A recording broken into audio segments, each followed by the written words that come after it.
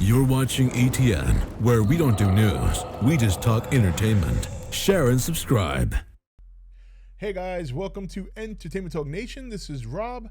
This video, we're going to do a 2020 beginner and intermediate tips for Final Fantasy Brave Exvius. Now, this is a video game that I have done very sporadic videos on in the past, and I do obviously plan. Look, it's inexcusable that I don't do content for this game because I've been playing it for 4 years, pretty much since it came out. I would say 2 months after it came out, and I made a beginner tip video like a year ago, and it did very well, and I was very, obviously, probably some people disappointed that I didn't continue doing videos on the content, but that is how we're going to do things in 2020. We're going to start off with this 2020 tip, and then we're going to talk about the game in general on a regular basis. But let's start with the tips first, and then we'll get into what we're going to do in terms of the upcoming banners that come in every week. Now, what I have in front of you here is obviously a beginner account, which is on Nox. Then I have my BlueStacks account, which is my primary account in Reich. So, and this is what I'm going to be using here to start. Now, this video is going to be if you're starting right off in the game, or if you're a couple of months in, and if you're a free-to-play player or someone who doesn't want to spend a whole lot. If that's the kind of player you are, then this is the video for you. Now, we're going to start off with the very most simple and obvious tip that you're going to hear from everybody that would give advice on this game. Play the storyline. That's really all you can do when you start this game. You can't really do events. You can't really do anything else in the game other than play the storyline. And it's important that you 3-star as much as you can as you go, because you're going to be getting Lapis as a reward. This is something that you did not get. There's so many advantages you're going to have as a new player, or even a player that's a couple of months in, that we did not have when I started playing this game. There were no advantages, okay? And as you go through the campaign, you're going to be getting different characters. One of the new characters they added to the free pool when you start the game is Ash.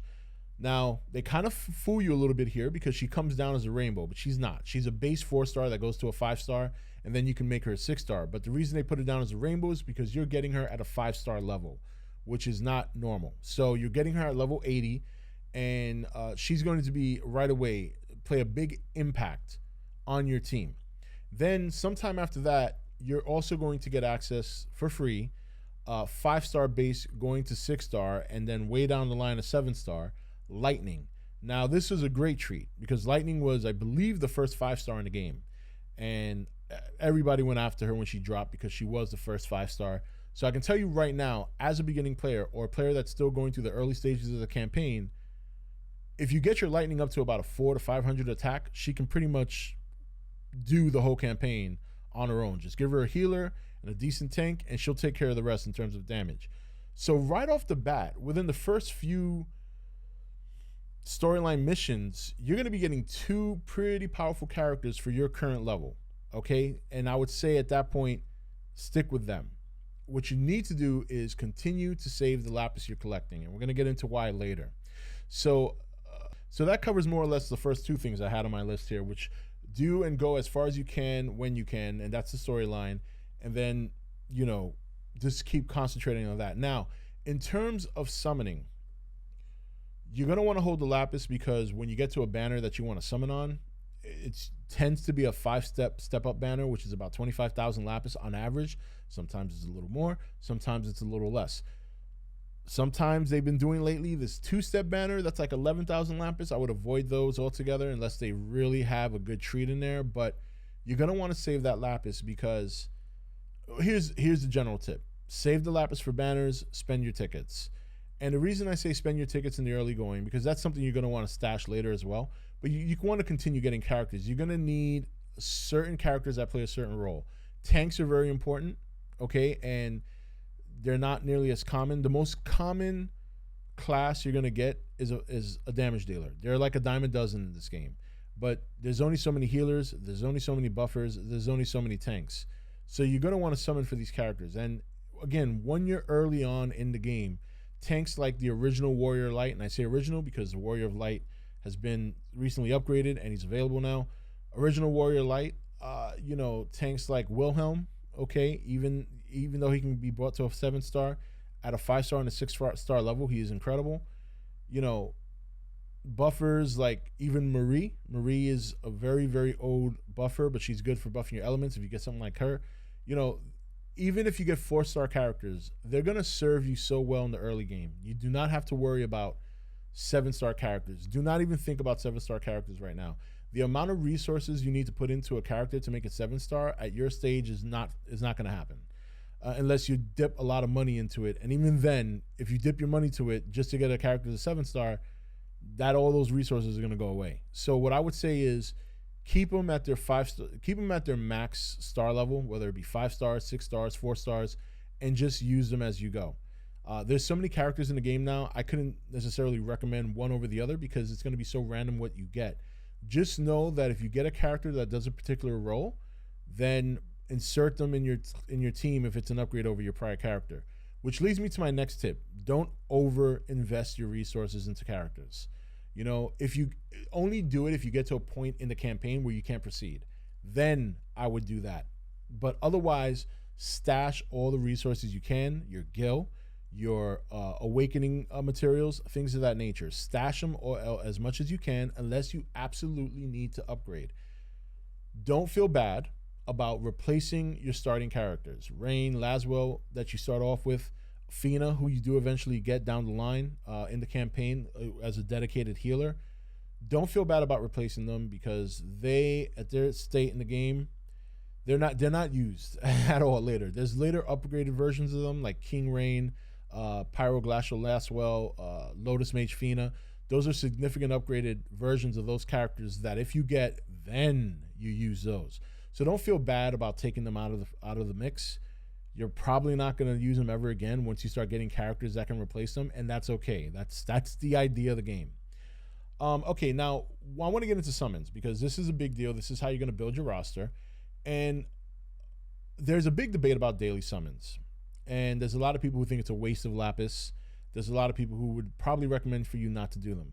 I would agree with that if you're a new player. You really want to store your lapis. You really don't want to use it. However, down the road, once you start, because you can make lapis easy in this game. It's not hard. You do not, unless you immediately need a surge of lapis to make a summon, you generally don't need to go after lapis in terms of buying it. So I would say later on in the game, when you start generating lapis through your quests, through and I'll show it here real quick, the summon. Oh, hold on, it's giving me that. This is stuff you're gonna get for your start as a starter. You're gonna get these treats. Okay, when you start the game now, New Year's 2020 login bonus that's coming in. Obviously, you want to try and get everything on here. I mean, there's a really, really lot of good stuff. But essentially, you got this right here, which is basically This is taking a while. It's loading. I got 2 of them running. That's why. This is your monthly rewards. I'll get that in a minute. Obviously, all these pop-ups are gonna get annoying. But right here, something like this, you spin 100 times and you get 500 lapis.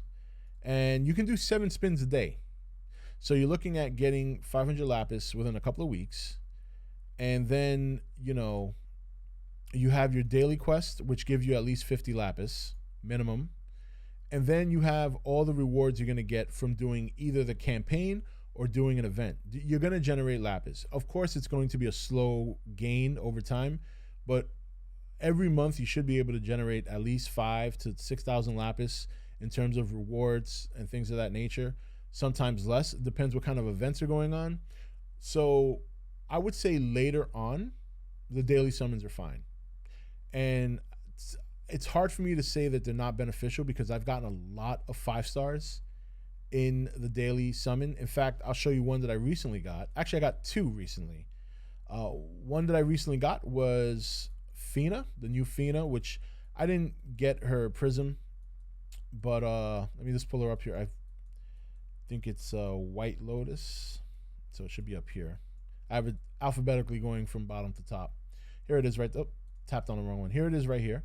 I got her from a daily summon, from a 250 lapis daily summon. And I've gotten a lot of characters, 5-star characters from the daily summon. Enough for me to be convinced that it's worth it.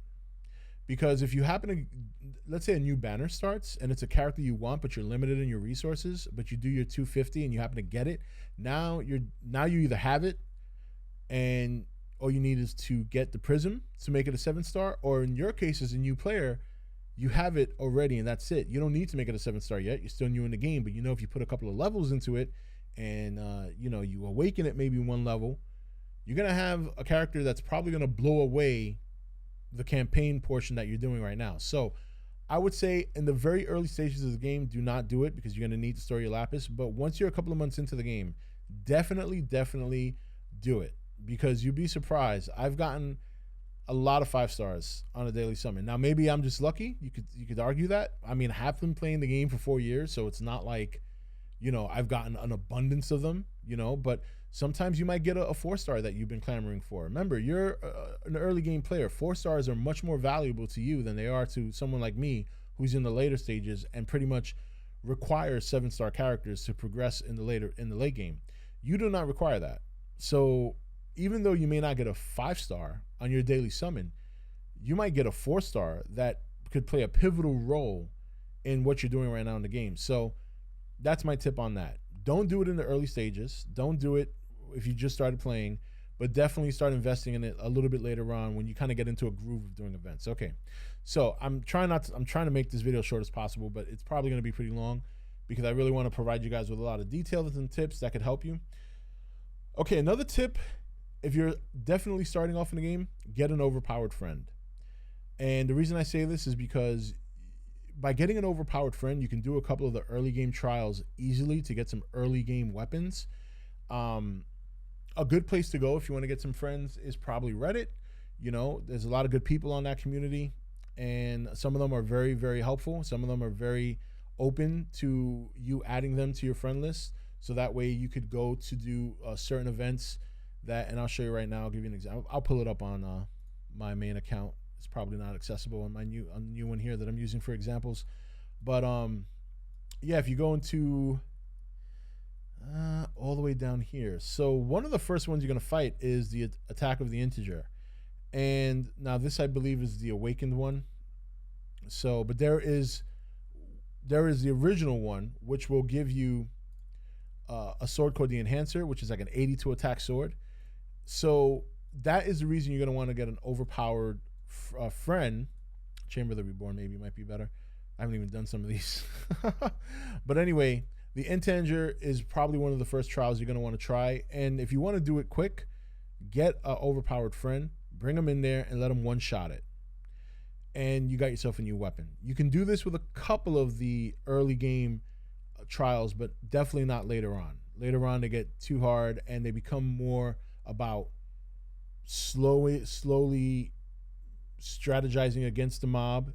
There's a lot of mobs you can't just one-shot kill because they have thresholds that lock, or they just will, if you don't kill them in that one shot, they'll counter with a move that'll just wipe out your team. But some of those early trials can get you some good equipment that's going to make a big difference. So get an early game friend, definitely. Now, events. You're not going to be able to do many events in the early game, but what I would say is do what you can. Don't ignore the events just because you're underpowered. If you can only farm the first or the second level, then just farm that. But the reason I say that is because some of the best equipment you're going to get as a new player is going to be at the MOG events, because they always offer weapons, and I'll post them up here on my current account. There'll always be weapons and things that'll play a big role for you. I mean, like, here's, for example, a shield. This is probably a better shield than you're going to get in one of the shops in the store. A hat here that gives 20 attack. I mean, this is good stuff. Now, you do have to get a lot of currency, and you'll run into situations where you're going to have to farm hard. Do what you can and get what you can. I would say if you're going to try, if you have the dedicated time to farm, and believe me, it's not going to take long because you'll run out of energy pretty quickly. But if you're dedicated to coming back every time your energy's filled, then I would focus on whatever equipment you can get. And if by some miracle you have enough time to gather the resources, get a 5-star select summon ticket. These are going to be very important for you down the road, because as you stash these up, if you happen to summon any 5-star base characters that can go up to 7-star, but you never got the second version of them to make them into a 7-star, this is what you're going to want. And once you get later on into the game to the point where you can farm enough to get this, and you start racking them up 8 at a time because you need 8 to at least get the prism, then all those 5 stars to potential 7 stars that you summoned that first week or two that you were in the game suddenly maintain their viability because you have the resources to make them into a 7-star, which is very important. So it's going to be hard probably your first 2 weeks to do anything in the MOG event, but after that, once you start leveling up a lot, because it will level quick in the beginning, you'll be able to, at least if you can do level 2, level 1, level 2, even level 3, and if you happen to have a couple of characters that have the percentage bonus, then it might be worth trying to farm as much as you can, but focus on the equipment first, most important, because this game is very gear oriented. Very gear oriented. You can do a lot of trials with weaker characters if they have the right equipment. So that's very important to remember, especially if you're a free-to-play player. If you're a free-to-play player and you don't have access to a lot of 5 stars or 6 stars, and you're using 4-star characters, well, hey, guess what? You're not out of the game. You can do a lot of those trials that are in the early to mid game and early late game that if you have the right equipment and you have the right character, you'll be able to do it because those matches, those battles are very strategically oriented. There's not one of those, they're not trials that you can just walk in with the best characters and blow it up. It doesn't work that way. And in some ways that backfires. So don't feel just because you're a free-to-play player that you're out of the game if you don't have a 7-star. Yes, you will need a 7-star down the road, but that's why you're going to want to farm these 5-star tickets and save them. And that's why later on in the game, as you're gathering Lapis, you do want to save your tickets. You want to hoard them. You want to hoard everything you can, and I'm going to tell you why now. This game, and this is my next tip. I know we're 60 minutes in. I want to hopefully finish in the next 5 minutes. This game is all about gear. It's all about gear. So the reason you want to hoard tickets and hoard Lapis, don't get into the habit of pulling on every banner. Even if it's a King Mog event, try to find other ways. Maybe pull enough to get a couple of the 75% bonus units, because I find when I started, I was a whale. Now I'm more of a wait and see kind of player because I have enough characters to support most of the roles I need, and now I'm very picky. But I wish I would have done this when I started playing, and that is that not every character is worth pulling, no matter how powerful they seem. First of all, damage dealers are a dime a dozen, okay? Just because there might be one damage dealer that's number 1 in the meta does not mean you need that character. You can still take a character a couple of tiers lower in ranking than that and still do enough damage. Like, for example, you know, if you have a Hio, when he first came out, was the ultimate damage dealer. Now he's been outclassed, but that doesn't mean he doesn't do good damage. That doesn't mean that he can't perform in a trial. That doesn't mean that he has no value to you. Damage dealers are a dime a dozen. If you have one, chances are they'll be just fine for you. It's just a matter of whether or not it's a chainer or whether or not it's a finisher. And I'll save that for another video. So if you get a damage dealer, you know, you might want to look it up on the Fantasy Brave Exvius wiki to see its skills and things of that nature. But what I would say is the most valuable units are the healers, the buffer. I would say the tank's number 1 because you can't do damage without a tank. If there's no tank there to take the damage, then you're done. And this is why gear is very important. Your tank is the number 1 important role in your party, period. And if he can't take the damage, if you don't have the equipment to get him to take the damage, you're not going to get anywhere. So remember that equipment's very important, which is why if you're going to do the MOG events in the early game, focus on getting the equipment they provide, because that equipment will lead to you doing early trials that will get you better equipment that will lead you to doing, and so on and so forth, like any other game. And only use your Lapis on summons that are game changing. What I mean by game changing is this is a character that's going to potentially change the meta. That's when you summon. I'll give you a good example of a character that came in and changed the meta, like in the years ago. Orlando from Final Fantasy Tactics. When he came out, he changed the meta. He was a game changer. When a game-changing character drops for a summon, that's when you pull the trigger. And I would say, like right now, for me personally, my game changer summon recently was Awakened Warrior of Light. I was in need of a tank. I had skipped out on the Galuf banner because I just wanted Awakened Warrior of Light. And I pulled him because he was a game-changing tank. because of all, his stats, his mitigation buffs. He has a better, in my opinion, he can work better with the party than Galuf can. Some of the earlier tanks, all you do is put their cover up, put their provoke up, and then you're guarding with them for the next round. But with Warrior of Light, and I'll pull him here, with Warrior of Light, he provides a lot more utility, and that's why he was very important to me. Elena, at the time she came out, was a game changer. I still use her because she's a damage dealer I find valuable because she can do multiple moves with different elements. So example, you'll have someone like Hio, which is like fire and lightning. You'll have certain characters that do one element. You have certain characters that do two, but she does 4 elements. And she can imbue herself, and she can buff herself and the party. And now a lot of people don't like hybrid damage dealers. I tend to love him. I loved Noctis when he first came out because he was a hybrid damage dealer that also dealt. He was great for the arena, actually. Still use him for that. So remember that damage dealers are a dime a dozen. You want a good tank, you want a good healer, and then the buffer, breaker are probably, a lot of people put them in different order of what's more important. I would say tank, healer, breaker, then buffer, and then your damage dealers last, because damage dealers you're going to find all over the place. So only use your Lapis when there's a game-changing character. And you'll know this because everybody will start talking about him. There are other content creators that'll be able to tell you. I'll let you know on a weekly basis if a banner is worth pulling on or not, or you should skip it. You're going to hear me say skip a lot because when you work so hard to get your Lapis, when you work so hard to save your tickets, you want to make sure you're summoning on a banner that's going to provide you with a character that's long-lasting.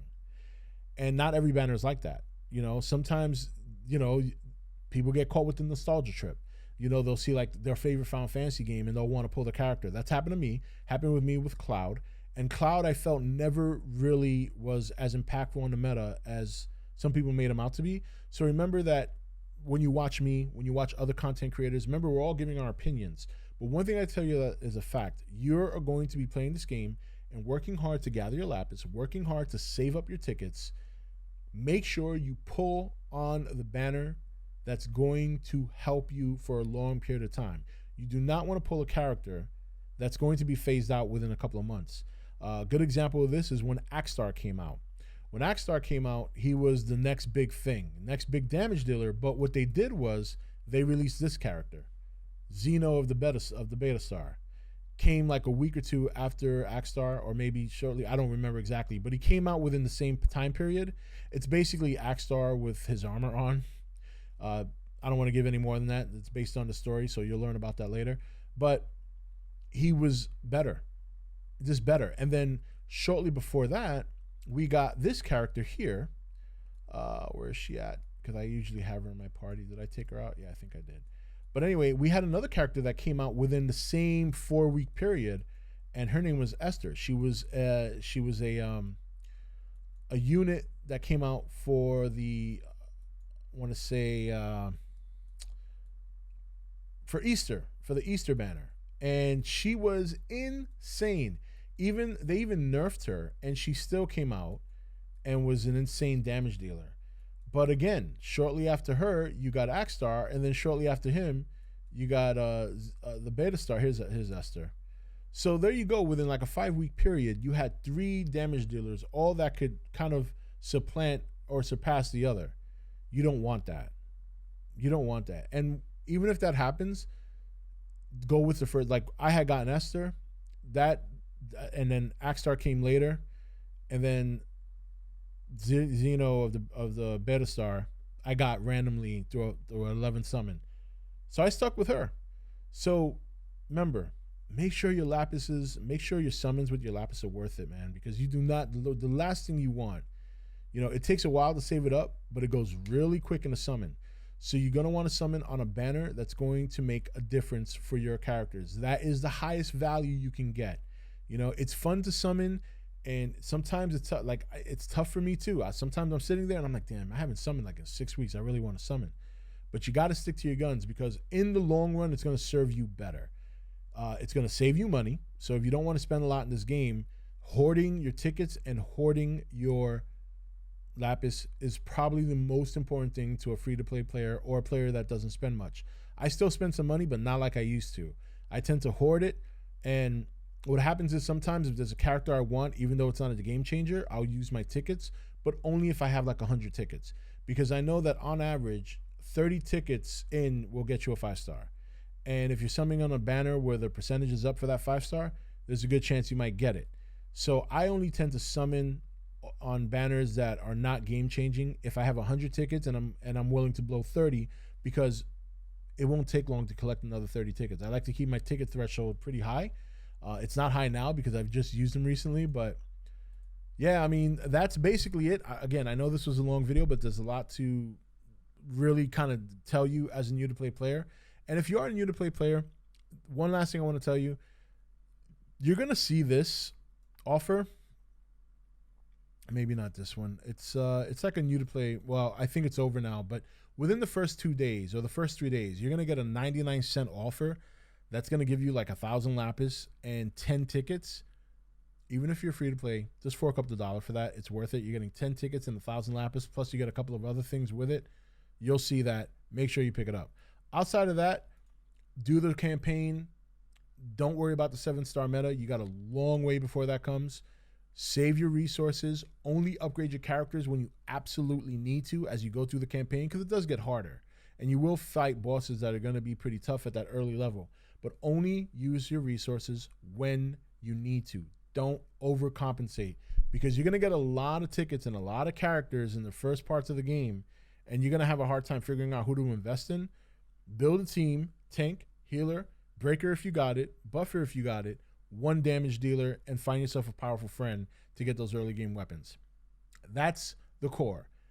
That's it for this video. There will be more. We're going to talk about this week's banner when it comes out. I'm recording this at 12:30 midnight, so the banner update doesn't happen until 3 a.m. I'll be well in bed by then, so I'll do a video tomorrow night talking about the banner, whether or not it's worth pulling, whether or not it's a character that's a game changer. I won't go into the stats and the statistics. There's plenty of content out there that will give you that. I'll just let you know whether or not it's a character I think is worth pulling for, if you have the need for it.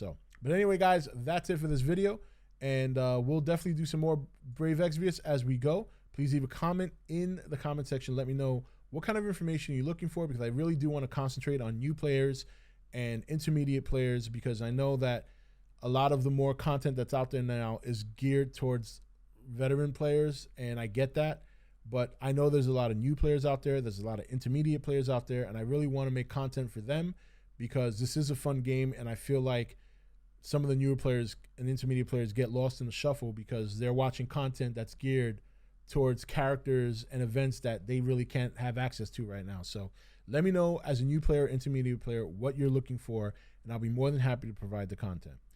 That's it, guys. Have a good one. This is Rob signing off for E.T.N, where we don't do news, we just talk entertainment. Take it easy.